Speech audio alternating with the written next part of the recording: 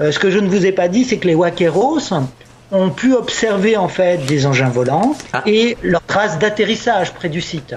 Et d'autre part, ils ont été sujets à des rencontres avec des êtres non humains à l'intérieur du site. ah oui. Alors là, il faut bien distinguer dans l'histoire, c'est là où c'est très important, parce que bon, là pour l'instant, accrochez-vous au fauteuil. Je suis assis, y a pas de problème. Il faut bien qu'on distingue dans l'histoire qu'il y a le discours des Wakeros qui vous raconte l'histoire, et il y a les preuves qu'ils ramènent pour, bon, les preuves matérielles qu'ils ramènent pour montrer en fait la vérité, quoi, Ouais. pour justifier en fait. Alors il y a des choses sur lesquelles on a des preuves. Ils nous disent on a vu des momies bizarres. Voilà, on les a vus, les momies, ils nous les ont apportées. Par contre, quand ils nous disent voilà, il y a des êtres étranges, moi je les ai pas remarqués, mais les trois autres les ont remarqués. Alors j'ai fait attention, et puis effectivement, Mario, au bout d'un moment, il va commencer à les voir. Bon, et déjà, puis il y a cette fois où ils sont tombés sur un être qui faisait plus de 2 mètres et tout le monde s'est enfui des deux côtés d'ailleurs. D'accord. Et donc ils sont revenus avec des couteaux, avec de quoi se défendre, parce que pour eux, c'est une découverte tellement importante que. Mais il y a quand même des êtres vivants qui s'étaient pas montrés dès le départ dans le site. Donc vous voyez, il y a cette partie de l'histoire qui a l'air totalement subjective, qui a l'air totalement imaginaire, mais qu'ils utilisent aussi pour expliquer une chose, c'est que sur les 4 Wakeros, il y en a 2 qui ont cherché à attraper certains de ces lutins qui se promènent par groupe de 2 ou 3. Ils ont appelé ça des lutins parce qu'ils faisaient 30 à 60 cm, ils se promenaient par groupe de 2-3. Et donc 2 des Wakeros ont voulu en attraper. Ouais. Alors il se sert un peu de cette histoire pour expliquer la mort de ces Wakeros. C'est que ces Wakeros-là, en fait, l'un d'eux, plus tard, en sortant du site, va être pris d'une envie incompressible d'absorber du sel, et il en mourra. Au bout d'un moment, vous en mourrez. Hein. Ouais. L'autre, par contre, va tomber malade sur le site, il aura le temps d'aller jusqu'à Cusco, mourir à l'hôpital. Non mais attends là, c'est sérieux? Franchement, si ce monsieur qui s'appelle Michel Rébardière, président de la FEA OVNI, chercheur français de tous ces phénomènes étranges qu'il connaît, Thierry Jamin et cette histoire-là, si ce qu'il vient de dire c'est la vérité, je peux vous dire que Steven Spielberg est déjà sur place pour réaliser un film, mais sans rigoler, sans rire, c'est incroyable. Je suis sur le cul. Je rappelle brièvement aux gens qui ne connaissent pas cette histoire de regarder ma première vidéo où j'en parle. Voilà, c'est des vaqueros, des voleurs, des pierres de tombes qui auraient découvert des tombes extraterrestres, entre guillemets, au Pérou, dans un temple souterrain. Et qu'est-ce qu'il nous dit, Michel Rébardière? Il nous dit qu'il y a des humanoïdes encore vivants qui ont communiqué plus ou moins de vue ou de forme avec ces vaqueros. Ça veut dire quoi? Ça veut dire qu'il y a encore des humanoïdes ou des extraterrestres, on ne sait pas quoi, encore vivants sur le site. Mais c'est un truc de fou, je vous jure, je suis sur le cul. Moi, j'avale pas n'importe quoi. Alors, l'histoire de ces vaqueros, c'est pas compliqué. Ils étaient 4 à avoir trouvé ces artefacts. Il y en a 2 qui sont morts, comme Michel Rébardière le dit. Alors, c'est là que c'est très intéressant. Il y en a un qui est décédé parce il avait une folle envie, en sortant du site, d'ingérer du sel.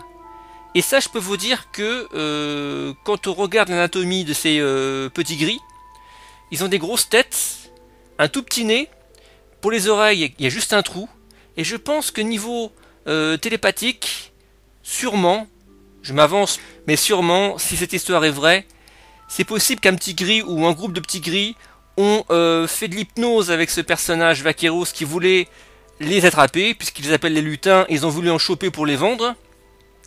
Et je pense qu'il a voulu, ou ils ont voulu, ces petits gris se défendre, et ont mis dans la tête de ce type, entre guillemets, de se suicider, quoi. Voilà. Peut-être, je ne sais pas, mais je pense que ces extraterrestres ou ces formes de vie communiquent par télépathie. Ils sont arrivés à un stade, ils sont beaucoup plus évolués que nous, ça c'est sûr, et ils n'ont plus besoin de parler pour communiquer. Et ça c'est extraordinaire, voilà, c'est une de mes hypothèses. L'autre pareil, il s'est barré, il est tombé malade dans le site, on sait pas trop comment, il est arrivé à l'hôpital, il est mort. Ça rappelle aussi un petit peu les malédictions de Toutankhamon en Égypte. Et il en reste encore 2 en vie, dont le chef qui s'appelle Mario. Alors, est-ce que cette histoire de vivant, d'être vivant encore dans le temple n'est pas pour en rajouter? Ne sont pas des histoires pour vendre encore leur objet plus cher? Maintenant que l'histoire s'ébruite de tous les côtés, je ne sais pas. Mais ils ont dit qu'il y avait des momies extraterrestres, ou du moins humanoïdes, et ils les ont apportées, c'est vrai. Voilà, vous verrez le 7 juillet, tout ça c'est vrai. Donc moi je me pose beaucoup de questions là-dessus, je suis vraiment choqué. Je pense que l'histoire de l'humanité, l'histoire du monde va vraiment changer, évoluer. On va plus regarder pareil, nous, et ces êtres vivants.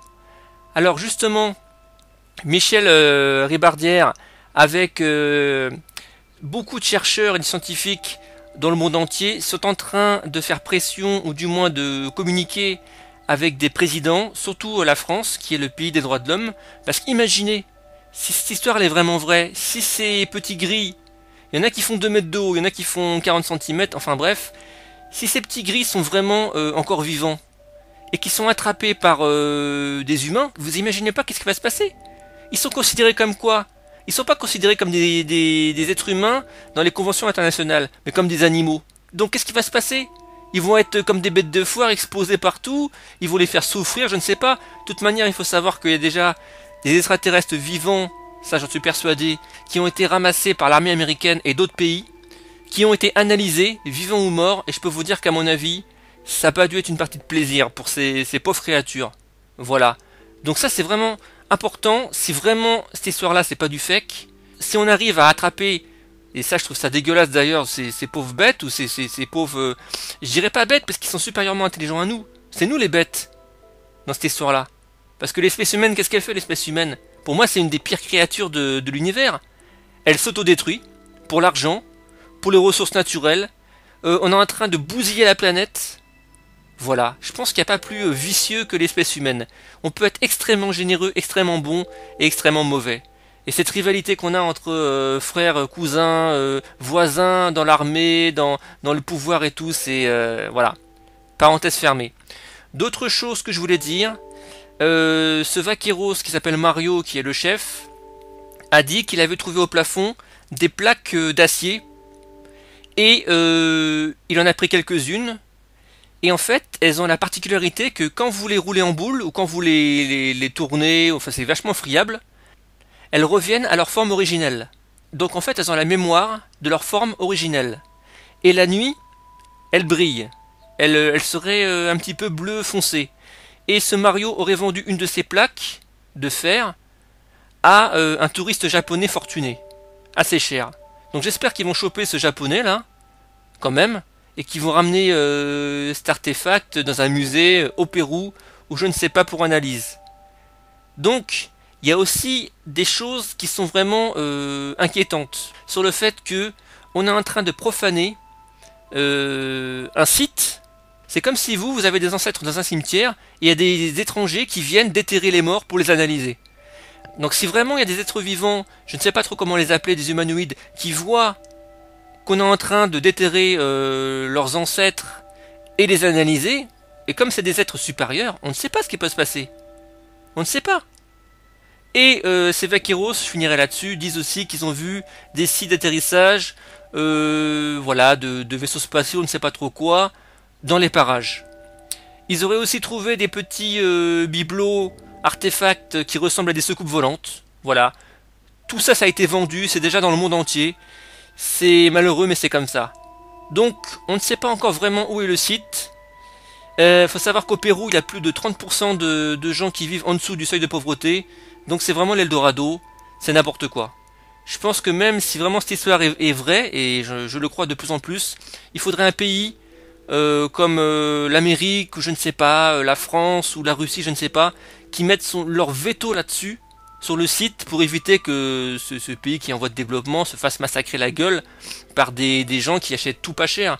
Parce que c'est très corrompu le Pérou, voilà, c'est assez corrompu, voire beaucoup. Donc parenthèse fermée, c'est une histoire de fou de savoir qu'il y aurait peut-être encore des espèces vivantes de ces momies dans ces cavités de temples. Ça se trouve qu'il y a peut-être un vaisseau enterré, on ne sait pas. On ne sait rien, on peut se poser plein de questions. Il y a une des momies qui aurait 1400 ans selon les études, selon le carbone 14, donc je ne sais pas. Est-ce que c'est une base arrière de ces créatures? Est-ce qu'il y en a d'autres? Je ne sais pas. Mais c'est vraiment impressionnant. Et pour finir, je dirais aussi que l'histoire de la plaque de métal qui reprend sa forme originelle, on a eu exactement la même chose à Roswell, qu'on avait trouvé ça.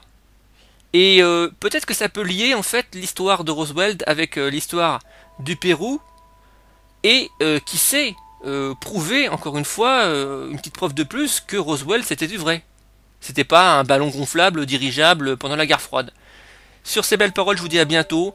La prochaine vidéo sera très intéressante aussi, puisque je vais parler d'une momie pareille du Pérou, qui a été extraite il n'y a pas longtemps, et vous allez voir que là, celle-là, elle est encore plus grande, elle fait 1,60 m de long, c'est quelque chose de fou, c'est vraiment un truc de malade. À bientôt, merci.